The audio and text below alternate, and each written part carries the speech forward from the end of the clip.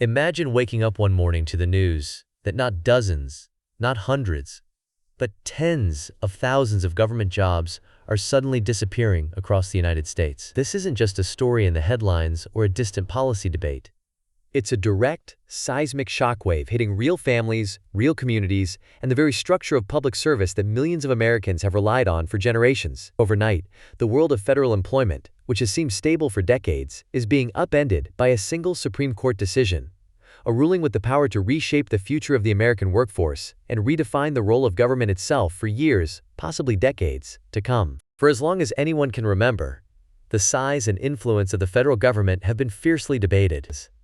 Some people see Washington as a sprawling, inefficient bureaucracy, an unwieldy beast that stifles innovation and spends taxpayers' money with little accountability. Others insist that these agencies are the backbone of the country, quietly ensuring that veterans get their health care, that disaster victims receive relief, that food and drug safety standards are maintained, and that the elderly and vulnerable are not left behind. But until now, the idea of a sweeping, immediate downsizing, of seeing entire departments forced to slash their staff, possibly gutting decades of expertise, has been more of a political talking point than a real, imminent threat. That has all changed. In February of this year, former President Donald Trump signed an executive order directing every federal agency, from the Department of Agriculture to the Department of Veterans Affairs, from the Department of Commerce to the Treasury, to prepare for dramatic staff reductions. This was not a vague request.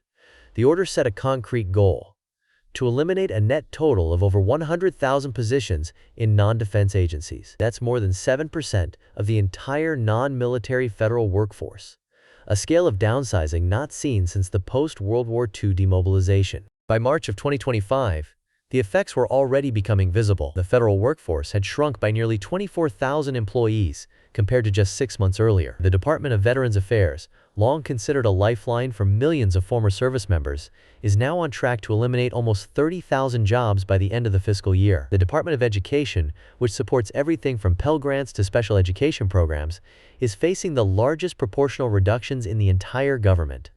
At the State Department, which handles America's diplomacy and international relations, about 2,000 employees are already bracing themselves for layoff notices.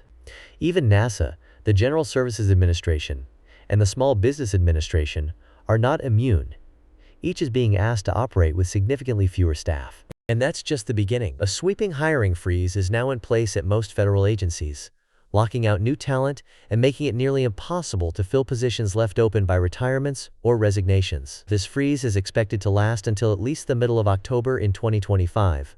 Though some experts predict it could be extended even further depending on the political winds in Washington. This isn't just about numbers on a spreadsheet. The real-world impact will stretch from rural towns that depend on federal jobs to big cities where federal offices anchor entire neighborhoods. The ripple effects could spread across the entire economy. Experts are sharply divided on what this all means. Supreme Court Justice Ketanji Brown Jackson has sounded the alarm, warning that this executive action promises mass employee terminations and widespread cancellation of federal programs. She is echoing fears voiced by unions and advocacy groups, who argue that the government is about to lose not just bodies, but institutional memory and expertise built up over decades. On the other hand, White House spokesperson Harrison Fields hailed the Supreme Court's decision as another definitive victory for the president and his administration, framing it as a necessary correction to decades of government expansion. Supporters of the cuts, like Chuck Ezell, the acting director of the Office of Personnel Management, argue that these moves are the first tangible step toward realizing a vision of a leaner, more disciplined, and more accountable federal workforce. They claim that streamlining government will eliminate waste, reduce unnecessary spending, and force agencies to find creative, efficient ways to serve the public. Yet critics, including leaders from a coalition of federal employee unions, warn that services the American people rely on are in grave jeopardy. Rob Shriver of Democracy Forward goes further, cautioning that the president cannot dismantle the safeguards of the federal civil service to install loyalists, highlighting concerns about politicization and loss of expertise. The stakes could not be higher. If these job cuts move forward as planned, millions of Americans could feel the impact in critical, sometimes invisible ways. Imagine a veteran who suddenly faces weeks or even months of delays in receiving essential medical care because the Department of Veterans Affairs is short-staffed. Or consider a family whose Social Security benefits are delayed because the Social Security Administration doesn't have enough workers to process claims. Picture communities hit by natural disasters waiting longer for FEMA assistance, or students and educators finding it harder to access federal education programs. But here's the deeper question. Is this truly about efficiency and discipline? Or is there something more at stake? Could this moment trigger a fundamental reshaping not only of the government, but of the entire American economy? What happens to the people, the communities, and even the industries that are left behind when a federal job disappears? As the dust settles from the Supreme Court's decision, a new debate is just beginning, one that will determine the future of public service, government expertise, and the social contracts that have defined American life since the New Deal. So how will these sweeping layoffs ripple through the American economy? And is the United States ready for the unintended consequences that might follow? Let's dig deeper. First, let's consider the direct impact on the federal workforce itself. Over 100,000 jobs are on the chopping block, a figure that dwarfs previous rounds of government downsizing. These aren't just anonymous bureaucrats in Washington, D.C.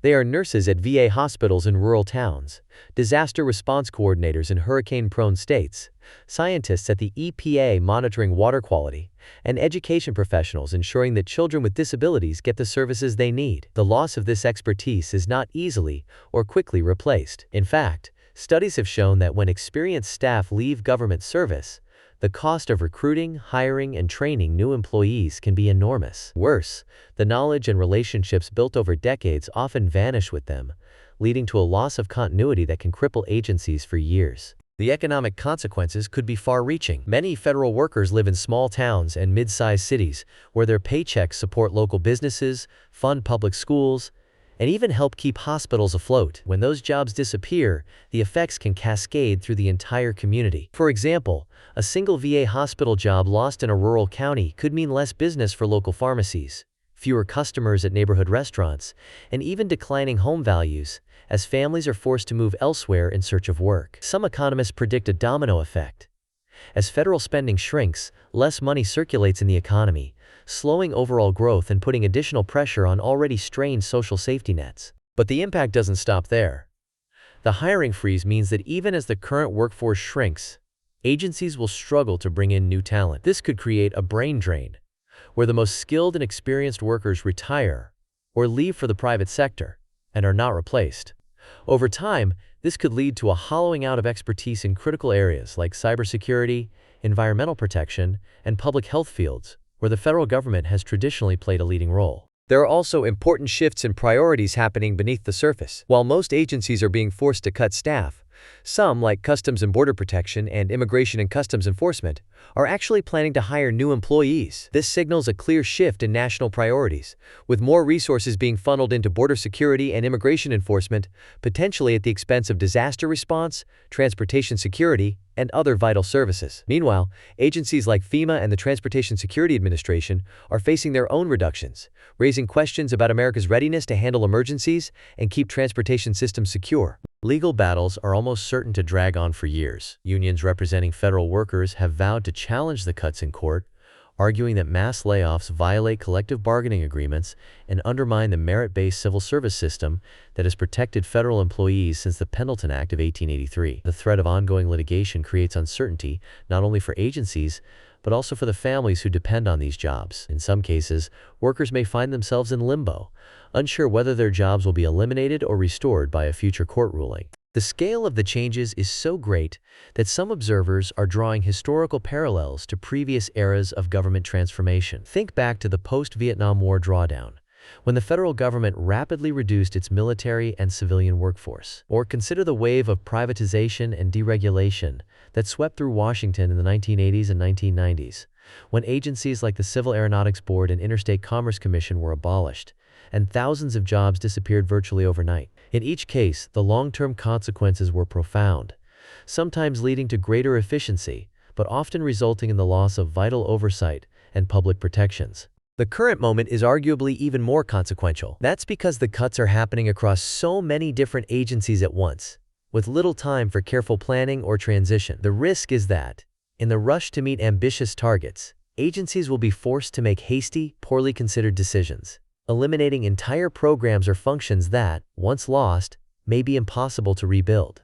As Justice Jackson pointed out, widespread cancellation of federal programs is not a hypothetical risk, but a likely outcome if the reductions go forward as planned. So what practical lessons can we draw from this seismic shift? If you are a federal worker or someone who depends on government services, the time to plan is now.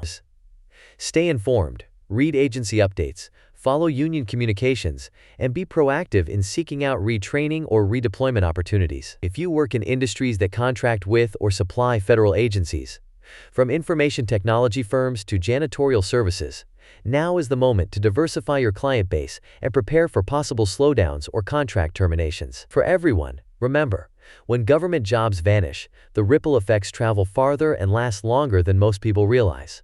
For policymakers and voters, this moment is a sobering reminder that the structure of government is not set in stone. Future elections and court decisions could easily expand, contract, or even fundamentally transform the federal workforce in ways that are hard to predict. Your voice and your vote matter more than ever in shaping what public service means in the coming decade. Will the next administration double down on cuts, or will it seek to rebuild the institutions now under threat? Let's take a closer look at some of the most vulnerable agencies and the communities that depend on them. The Department of Veterans Affairs, for example, is on pace to eliminate nearly 30,000 positions.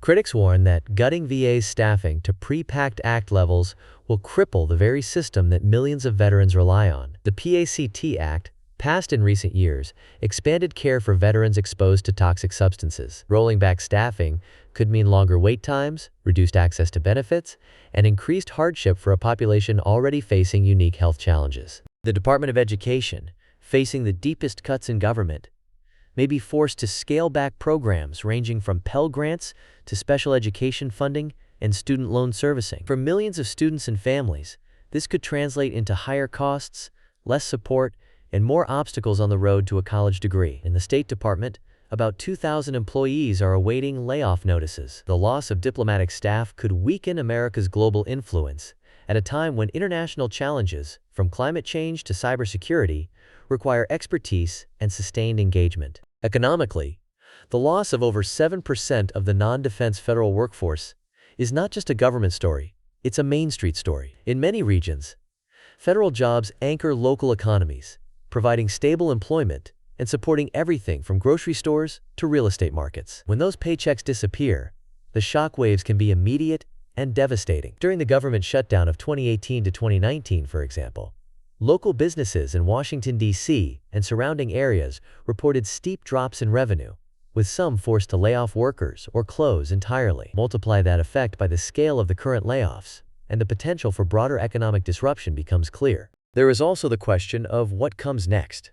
Will agencies turn to technology and automation to fill the gaps left by departing staff? Already, some departments are investing in artificial intelligence and digital platforms to streamline routine tasks, from processing benefit claims to managing regulatory compliance. In the short term, this could create opportunities for tech firms and innovators. But it also raises concerns about data privacy, cybersecurity, and the loss of personal touch in critical services. For example, can a chatbot really replace a skilled caseworker who understands the complexities of veterans' benefits or disability claims? The answer is far from clear. The legal landscape remains uncertain.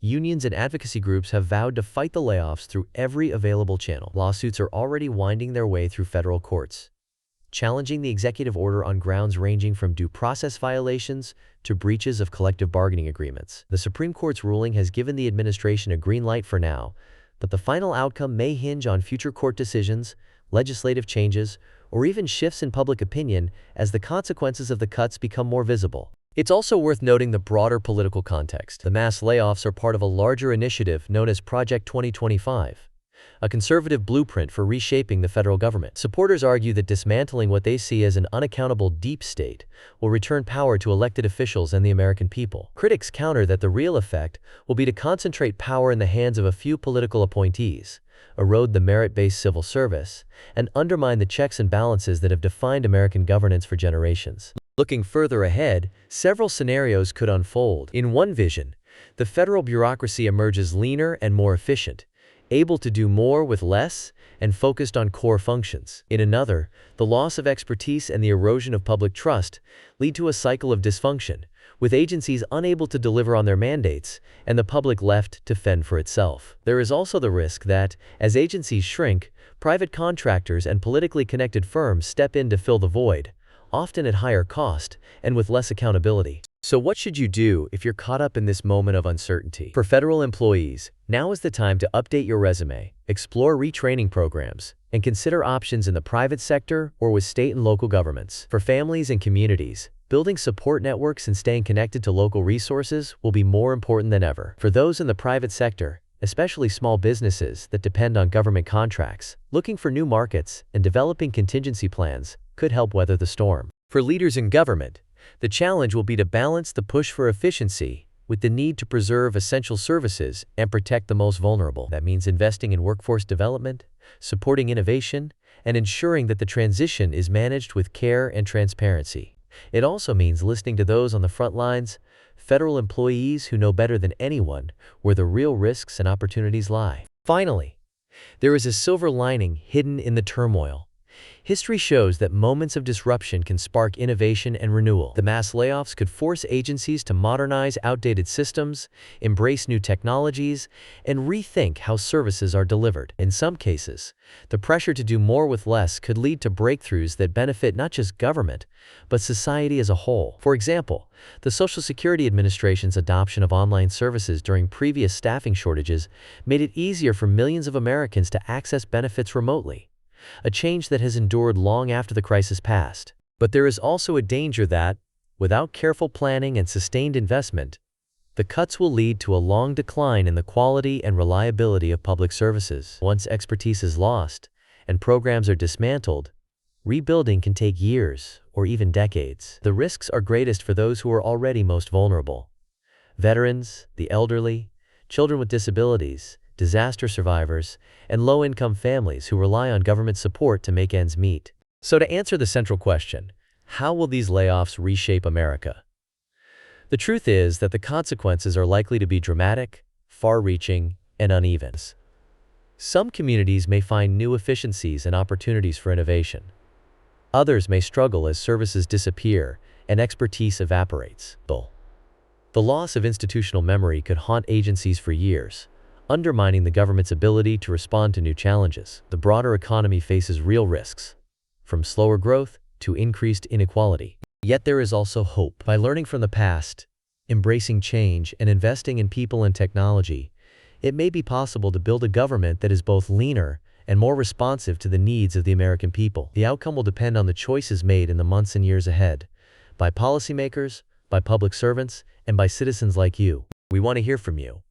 Do you think the benefits of a leaner, more disciplined government will outweigh the costs of lost expertise and reduced services? Or are you worried that the cuts go too far and put essential programs at risk? Share your thoughts in the comments below. And if you found this analysis helpful, don't forget to like, subscribe, and share this video. The story is far